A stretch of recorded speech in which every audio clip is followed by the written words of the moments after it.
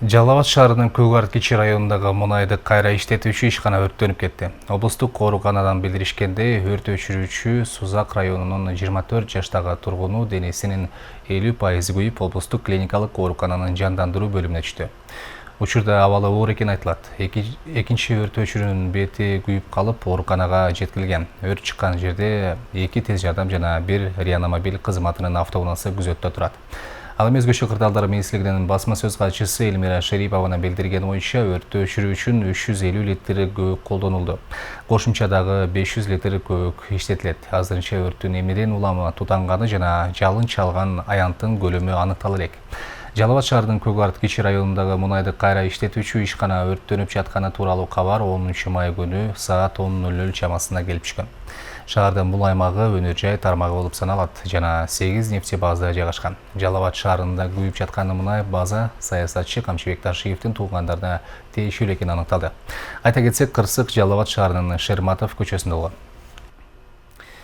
Өзгөчө кырдаалдар министрлигинин маалыматы боюнча, министр Нурболот Мирзахметовдун буйругу менен Ош облусунан кошумча өрт өчүрүү бөлүмү жана көбүк алынып келди.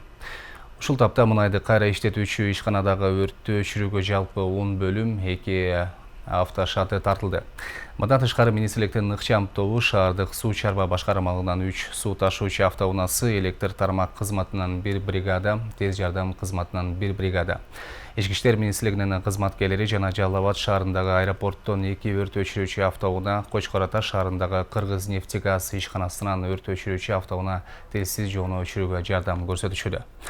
Өрт болуп жаткан аймактан 2000ге жакын адам коопсуз жайга эвакуацияланган. Азырынча өрттүн эмнеден улам тутанганы жана жалын чалган аянттын көлөмү аныктала элек.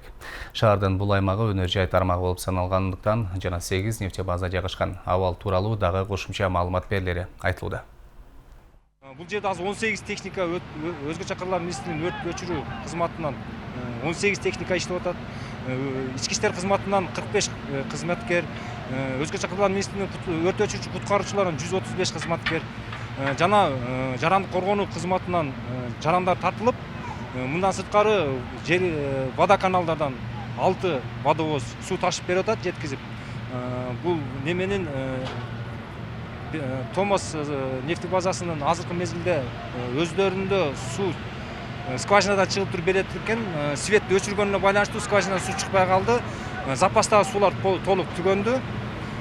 Азыркы мезгилде ошол бардык күчтөрдү чогултуп туруп, пенни атакага өтөлү деп турабыз.